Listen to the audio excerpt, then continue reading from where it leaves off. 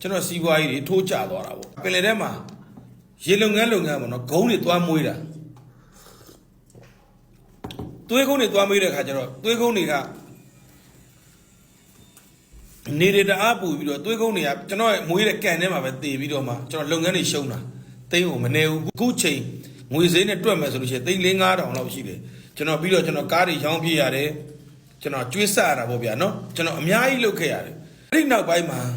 ကျွန်တော်သင်ငန်းဝတ်လိုက်တယ်22ရက်ဝတ်တယ်ပြီးကျွန်တော်စီးပွားတွေအချိန်ချင်းခါခါပြိုလဲနေတဲ့အချိန်မှာကျွန်တော်စဉ်းစားတယ်ငါလို့ပရိုက်တာတွေလုပ်တယ်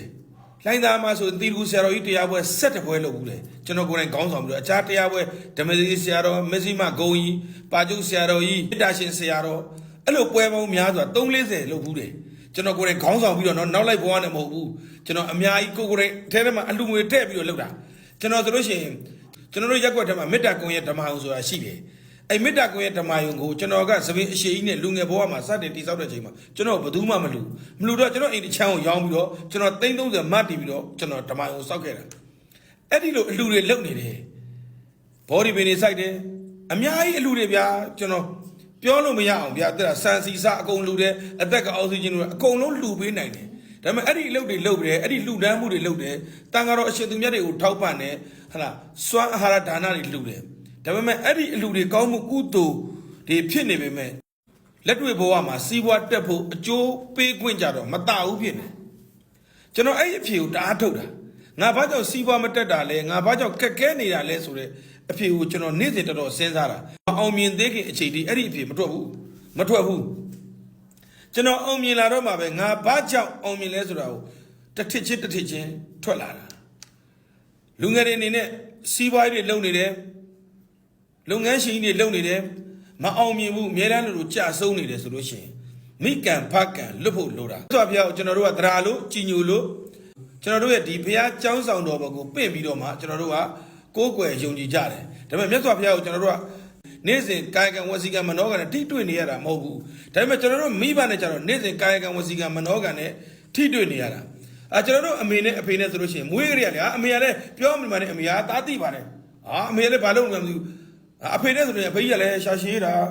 အဖေကြီးလုံးပြန်ပြီကွာအဖေကြီးစိတ်ညစ်စရာဒီဖေတော်လုံးရှုပ်တာပဲဒီအမေဒီလိုမျိုးအမေတို့နဲ့ဒီလိုမျိုးစကားတွေပြောပြတယ်ဒီလိုအဖေနဲ့စကားပြောပြတယ်အဲ့ဒီလိုပြောပြနေတဲ့မိဘကိုမယုံမသေးပြောပြနေတဲ့မိဘမိကံဖကံတွေတပြေးပြေးစုလာတာကျွန်တော်တို့ကမသိဘူးကျွန်တော်ရှင်းပြမယ်ဗျာသိလားမိကံဖကံညှိနေတဲ့သူကကျွန်တော်အဖေပြောဘူးတယ်ဖုံးကြည့်ရင်အသက်မရှိဘူးအသက်ရှည်တော့လည်းကောဖုံးမကြည့်ဘူးတဲ့ကျွန်တော်ထောက်ပြမယ်ကျွန်တော်တို့အရွာမှာဒေါ်တယောက်ရှိတယ်သူ့အမေကဒေါ်စိန်သေးပဲထားပါတော့သူတို့တားမိချင်းရံဖြစ်တာရံဖြစ်ရင်ကျွန်တော်တဲ့ပဲပြောပြမယ်နော်ရံဖြစ်တဲ့ကအဖေလိုမကြီးခွေးမကြီးဘလိုကြီးညာကြီးဆိုပြီးအင်းနဲ့ရံဖြစ်ပြီးနှစ်ပန်းလုံးတ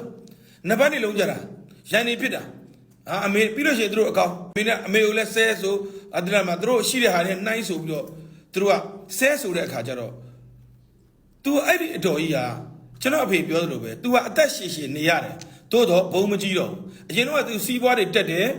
နောက်ပိုင်းတဖြည်းဖြည်းစီးပွားတွေကျလာတယ်ဒါပေမဲ့အသက်တော်ရှည်တယ် तू ကစစ်စင်ရဲနဲ့ तू ကကစုံရဲ့ပြုတ်တို့ကုံစိမ့်တွေရောင်းစားရတဲ့ဘဝကိုရောက်သွားတယ်ဒါကြောင့်မိဘကိုစော်ကားတဲ့သူမိဘပေါ်မှာကံတစ်ခုထိုက်ထားတယ်ဆိုလို့ရှိရင်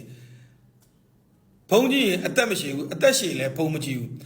ကျွန်တော်နောက်တစ်ယောက်ရှိသေးတယ် तू ကကြတော့ဘုံကြီးတယ်အသက်မရှိဘူးသူကသူ့အမေနဲ့နှစ်ပတ်နေလုံးနေခုနကပြောသလိုပဲဖေးသူ့အမေကိုခွေးမကြီးရှင်ကဘာစောက်သုံးကြလို့လဲဘလို့လူမျိုးလဲရော့တာအစားအမေနဲ့နှစ်ပတ်နေဖက်လုံးပြဿနာတွေရှာမေကိုခံချအဲ့လိုမျိုးဖြစ်တဲ့အမျိုးသမီးတယောက်ရှိခဲ့ဘူးလေကျွန်တော်ကိုယ်တွေပေါ့နော်အဲ့လိုဖြစ်နေတဲ့အမျိုးသမီးကသူကဘာဖြစ်သွားလဲဆိုတော့ဘုံကံတော်ကြီးတယ်စီးပွားတက်သွားတယ်ဒါပေမဲ့အသက်မရှိဘူးအသက်40ကျော်50မှာပဲတေဆုံးသွားတယ်ဒါကြောင့်မလို့ကျွန်တော်တို့ကစီးပွားရေးတစ်ခုလုပ်တော့မယ်ဆိုလို့ရှိရင်မိကံဖကံလွတ်ဖို့လိုတယ်ကျွန်တော်အမိအဖတော့ကျွန်တော်မဘိုးတသိန်းလောက်သွားပြီးတယ်အမေရော့မဘိုးတသိန်းရော့အမေတသိန်းလို့ပေးမယ်ကျွန်တော်ဆိုလို့ရှိရင်လည်းအမေတွေမဘိုး2သိန်း3သိန်းဆိုအမေရဲ့ခြေပြားလေးနဲ့အမေရဲ့ထမင်းစားလေးနဲ့ကျွန်တော်သွားပြီးကြော့တယ်သို့တော့အဲ့လောက်နဲ့မရဘူးမိကံဖကံလွတ်တယ်ဆိုတာကအမိရဲ့ဖကိုဝန်ချတောင်းပန်ရတာအမေရှိကိုမှတတ်နိုင်တာလေးနဲ့ရင်နွေးကလေးတစ်ခွက်နဲ့အမေရော့အမေကိုတာရင်နွေးလေးတိုက်ပါတယ်ရော့အမေဒီရင်နွေးလက်ခံပေးပါဆိုပြီးတော့အမေလက်ထဲထည့်ပြီးလို့ရှိရင်လေနှစ်ဖူးကြဥကြအမေသားမွေးကင်းသားအရွယ်ကစယနေ့အချိန်ဒီကာယကံဝစီကံမနောကံ3ပါးနဲ့ ပြင်မကျူးလွန်စော်ကားမိရင်တောက်ခွင့်လွတ်ပါတမီးကိုခွင့်လွတ်ပါလို့တောင်းပန်လိုက်တဲ့အခါမှာကံကြည်သွားတာအမေကလည်းခွင့်လွတ်တဲ့ငါသားရေခွင့်လွတ်တော့ငါသမီးရေလို့ပြောတော့မှ तू ကအမေမြစ်တာကိုကရတာအဲ့ဒီခါမှာကိုကအမေထမင်းလျှော်တာတွေပြောဦးမယ်ဗျာကျွန်တော်တို့ဟို